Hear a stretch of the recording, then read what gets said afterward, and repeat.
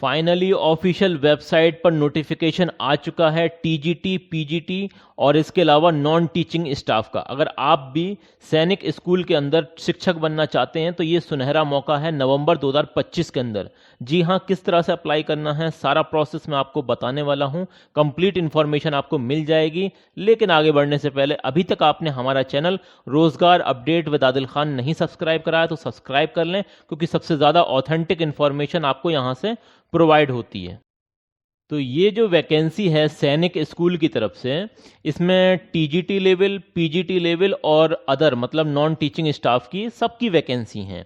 Permanent level की vacancies भी हैं और कॉन्ट्रेक्चुअल लेवल की वैकेंसीज भी हैं। अभी ये नवंबर के महीने में हाल फिलहाल में नोटिफिकेशन रिलीज हुआ है, ऑफिशियल नोटिफिकेशन जारी हो चुका है। हम आपको कोई इन्फॉर्मेशन प्रोवाइड कराएं या फिर किसी और चैनल से आप कोई भी इन्फॉर्मेशन हासिल करें तो आपकी जिम्मेदारी है हमेशा उसे वेरीफाई करें ऑफिशियल वेबसाइट से। हमारा काम सिंपली आपको इन्फॉर्मेशन प्रोवाइड कराना है। ये एक डिस्क्लेमर है, वार्निंग है। चलिए यहाँ पर देख लेते हैं। सबसे पहले पीजीटी मैथमेटिक्स में वैकेंसी है और ये है परमानेंट वैकेंसी। अब यहाँ पर एक वैकेंसी है, वो भी ओबीसी कैटेगरी के अंदर। ठीक है, यहाँ पर इसकी सैलरी मेंशन कर रखी है। यहाँ पर आपको अलाउंस वगैरह भी मिलेंगे डिफरेंट टाइप्स के, तो ये आप देख लेना। अगर हम बात करें इसकी एलिजिबिलिटी, तो आपने मास्टर डिग्री मतलब आपने सपोज दैट एमएससी कर रखा हो, प्लस आपके पास बीएड होना चाहिए। क्या होना चाहिए? बीएड होना चाहिए, तब आप अप्लाई कर सकते हैं। कितनी परसेंटेज होनी चाहिए? तो 50% आपके पास होनी चाहिए एटलीस्ट, तब आप अप्लाई कर सकते हैं। एज लिमिट की बात करें तो 21 साल से लेकर 40 साल तक के लोग पीजीटी लेवल पर अगर टीचर बनना चाहते हैं, वो भी सैनिक स्कूल के अंदर, तो अप्लाई कर सकते हैं। ओके, अगर हम बात करें इसके अलावा भी कई सारे यहाँ पर क्राइटेरिया दे रखे हैं, जैसे कि इंग्लिश में और हिंदी में दोनों में आपकी प्रोफिशिएंसी होनी चाहिए, आपको पढ़ाना आना चाहिए। इसके अलावा और भी यहाँ पर ऑप्शन दे रखे हैं, ये ऑप्शन यहाँ पर आप चेक कर लेना। अगर आगे बात करें तो पीजीटी बायोलॉजी में भी वैकेंसी है। किसमें? बायोलॉजी में वैकेंसी, और ये भी रेगुलर मतलब परमानेंट वैकेंसी है। और एक वैकेंसी है यहाँ पर, ये इसका मतलब सैलरी पैटर्न दे रखा है, डियरनेस अलाउंस वगैरह और मेडिकल अलाउंस वगैरह सारे इसमें ऐड कर रखे हैं इन्होंने। इसमें भी वही आपके पास मास्टर डिग्री होनी चाहिए, एमएससी वगैरह होना चाहिए, प्लस आपके पास बीएड होना चाहिए, तब आप अप्लाई कर सकते हैं। एज लिमिट वही है यहाँ पर भी। इसके अलावा हाँ, कंप्यूटर की भी वैकेंसी है, पीजीटी कंप्यूटर साइंस की भी वैकेंसी है, और ये भी परमानेंट वैकेंसी है। ये है एससी कैटेगरी के अंदर, ठीक है ना, शेड्यूल्ड कास्ट के अंदर है। और यहाँ पर भी आपकी जो सैलरी होने वाली है इसमें अलाउंस वगैरह सारी चीज़ें ऐड हो जाएंगी, ये आप देख लेना। अगर आपने एमएससी कर रखी है कंप्यूटर साइंस में, एमसीए कर रखा है या फिर एमटेक कर रखा है, तो आप अप्लाई कर सकते हैं। इसमें भी आपके पास बीएड होना ज़रूरी है, मैंडेटरी है। ओके, 50% तो होने चाहिए एटलीस्ट आपके, ठीक है, तो ये इंपॉर्टेंट पॉइंट है। चलिए आगे देख लेते हैं। हाँ, पीजीटी फिजिक्स में भी वैकेंसी है और ये जनरल वैकेंसी है। यहाँ पर आप देख सकते हैं रेगुलर वैकेंसी है और ये इसकी सैलरी मेंशन कर रखी है। आपके पास मास्टर डिग्री मतलब एमएससी होना चाहिए फिजिक्स में, इसके अलावा बीएड भी होना चाहिए, तब आप अप्लाई कर सकते हैं। 21 साल से लेकर 40 साल तक की जो एज लिमिट है वो लोग अप्लाई कर सकते हैं। ओके, अगर बात करें टीजीटी सोशल साइंस में, ये कॉन्ट्रेक्चुअल वैकेंसी है और यहाँ पर एक वैकेंसी है, वो भी जनरल कैटेगरी में है, ठीक है ना, अनरिजर्व्ड कैटेगरी में, और ये इसकी सैलरी मेंशन कर रखी है। आप इसका स्क्रीनशॉट ले लें। इसमें आपके पास जैसे आपने इंटीग्रेटेड मतलब जो जिसमें बीए और बीएड शामिल होता है वो कर रखा है, तब भी आप अप्लाई कर सकते हैं। 50% होने चाहिए। या फिर आपने ग्रेजुएशन कर रखा हो, मतलब जैसे कि सपोज दैट बीए कर रखा हो प्लस आपके पास अलग से आपने बीएड कर रखा हो, तब भी आप अप्लाई कर सकते हैं। ओके, तो ये भी इंपॉर्टेंट चीज़ है। हाँ, उसमें भी आपके 50% तो होने ही चाहिए, प्लस अगर आपकी 21 साल से लेकर 35 साल तक की एज है तभी आप टीजीटी के लिए अप्लाई कर सकते हैं, सोशल साइंस के लिए। यह है कॉन्ट्रेक्चुअल वैकेंसी। अब टीजीटी सोशल साइंस में एक टेम्पररी वैकेंसी भी है, ठीक है ना, और ये है आपकी एसटी कैटेगरी में।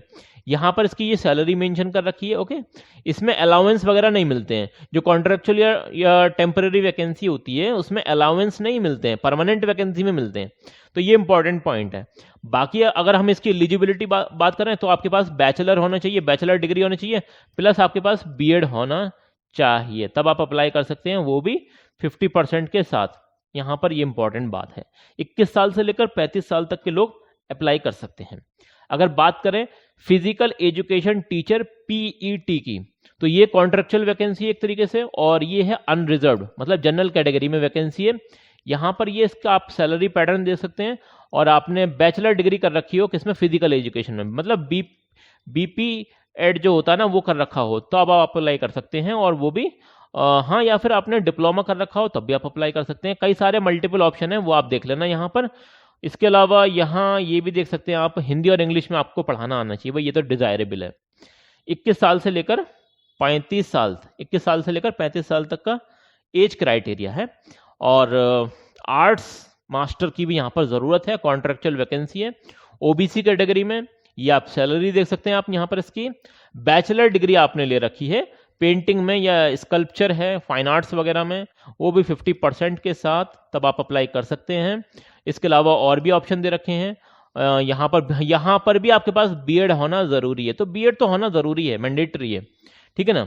आपको इंग्लिश और हिंदी में पढ़ाना आना चाहिए, जिस भी रीजनल लैंग्वेज में जो स्कूल हो वहाँ पर जो लैंग्वेज बोली जाती हो वो भी आपको कंफर्टेबल होनी चाहिए इसके अंदर। 21 से लेकर 35 साल तक के एज लिमिट है यहाँ पर, ओके।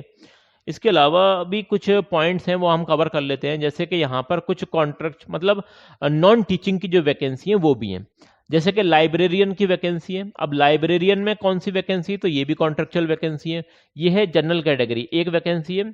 सैलरी ये मेंशन कर रखी है यहाँ पर लगभग। और इसके अलावा अगर आपने बीलिप कर रखा हो तो आप अप्लाई कर सकते हैं। एबिलिटी आपके अंदर होनी चाहिए, आप बात कर सकें इंग्लिश में, यहाँ पर ये लिख रखा है इन्होंने, ठीक है ना। कंप्यूटर की नॉलेज है तो ये एक डिजायरेबल क्वालिफिकेशन हो जाएगी, मतलब इन लोगों को प्रायोरिटी मिलेगी, ओके। 21 साल से लेकर 35 साल तक के लोग अप्लाई कर सकते हैं। काउंसलर की भी वैकेंसी है, कॉन्ट्रेक्चुअल है, एक वैकेंसी है जनरल कैटेगरी में, ये सैलरी मेंशन कर रखी है। अब काउंसलर बनने के लिए आपने बीए कर रखा हो या फिर बीएससी कर रखा हो, किसमें, साइकोलॉजी विद सर्टिफिकेट, आपके पास सर्टिफिकेट होना चाहिए, या फिर आपने डिप्लोमा कर रखा हो काउंसलिंग के अंदर, वो भी रिकॉग्नाइज्ड यूनिवर्सिटी से, तब आप अप्लाई कर सकते हैं। अब डिजायरेबल क्वालिफिकेशन में यहाँ पर इन्होंने लिख रखा है मिनिमम 1 ईयर का आपके पास अगर एक्सपीरियंस है providing career educational counselling students at a school, तब ये आपके लिए मतलब सोने पे सुहागा वाली बात हो जाएगी कि आपके चांसेस बढ़ जाएंगे, ओके। तो ये इंपॉर्टेंट बात है। अच्छा, आगे इसमें म्यूजिक टीचर की भी वैकेंसी है, वो भी कॉन्ट्रेक्चुअल वैकेंसी है, एससी कैटेगरी में है। फिक्स्ड आपको सैलरी मिलेगी, ये मेंशन कर रखा है यहाँ पर, ये आप चेक कर लेना, ओके। यहाँ पर अगर हम बात करें हायर क्वालिफिकेशन, तो ये आपने इसकी एसेंशियल क्वालिफिकेशन है, तो अगर आपने 12th क्लास कर रखा है या फिर डिप्लोमा कर रखा है किसमें, म्यूजिक में, तो आप अप्लाई कर सकते हैं। डिजायरेबल क्वालिफिकेशन है कि अगर आपके पास एक्सपीरियंस है रेजिडेंशियल स्कूल का तो आपको प्रायोरिटी मिलेगी, ठीक है ना। क्योंकि यहाँ पर बहुत बड़ा जो सिलेक्शन प्रोसेस में हिस्सा रहता है वो आपका इंटरव्यू और ये प्रेजेंटेशन आपका देखते हैं, ठीक है ना। आपका रिटन टेस्ट भी ये लेते हैं, लेकिन उसका इतना महत्व नहीं होता है जितना ज़्यादा यहाँ पर जो आपका एक डेमो होता है और आपका जो इंटरव्यू होता है उसका बहुत ज़्यादा यहाँ पर इम्पैक्ट रहता है। तो ये इंपॉर्टेंट बात है। इसी तरीके से पीईएम या फिर पीटीआई, ठीक है ना, और इसमें भी वैकेंसी है, फीमेल कैटेगरी की वैकेंसी है और ये कॉन्ट्रेक्चुअल है, एक वैकेंसी जनरल कैटेगरी में, ठीक है ना। यहाँ पर ये सैलरी मेंशन कर रखी है।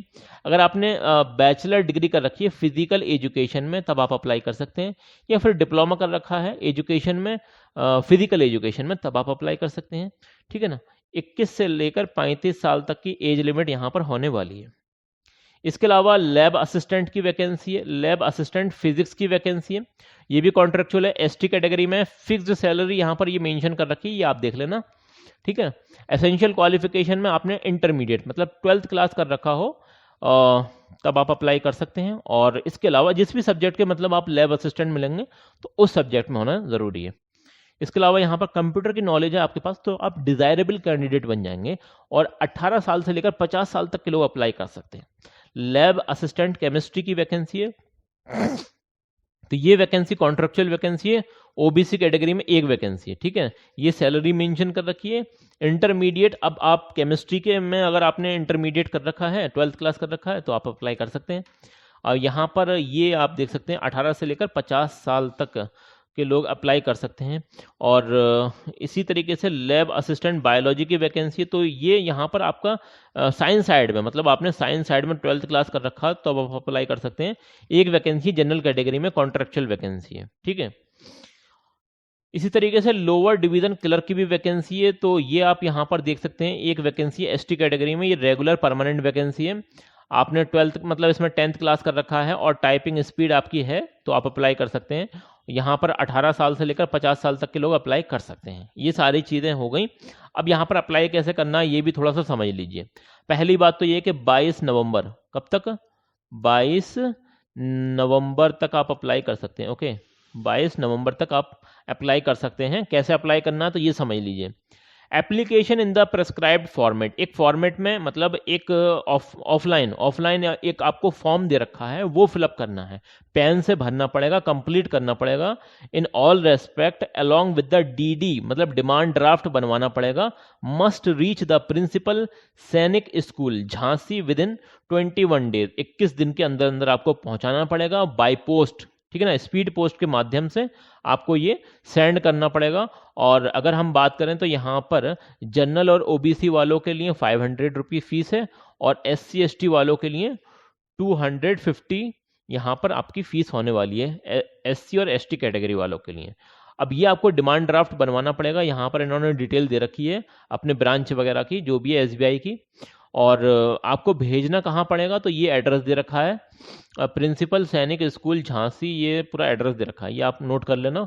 इसी एड्रेस पर आपको बाय पोस्ट करना है। ठीक है।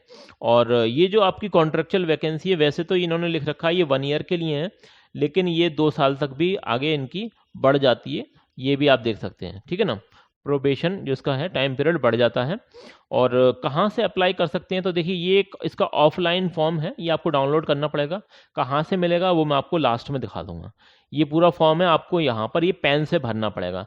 यहाँ पर आप अपना नेम लिखना, यहाँ सारी चीज़ें लिखनी है और यहाँ फोटोग्राफ वगैरह लगाना है। तो ये पूरा फॉर्म है इस तरह से, ये मैं दिखा देता हूँ आपको, ये पूरा फॉर्म है।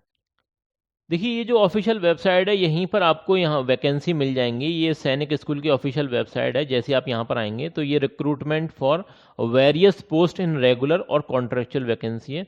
अब यहाँ पर आपको क्लिक करना पड़ेगा तो आपको पूरी PDF मिल जाएगी। तो यहाँ पर जैसी PDF मिलेगी, थोड़ा सा स्क्रॉल डाउन करेंगे, नीचे आना पड़ेगा आपको और यहाँ पर वो पूरा फॉर्म मिल जाएगा। इसे आपको प्रिंट आउट करा लेना है और इसे फिलअप करना है। ठीक है, इस तरह से अप्लाई कर सकते हैं। और कोई बात समझ में ना आए तो भाई ये आपका चैनल है और कमेंट सेक्शन आप लोगों के लिए बनाया गया है। कमेंट सेक्शन में पूछ सकते हैं, जो चीज़ पूछना चाहें कमेंट सेक्शन में पूछ सकते हैं। हम अपनी तरफ से पूरी पूरी कोशिश करेंगे।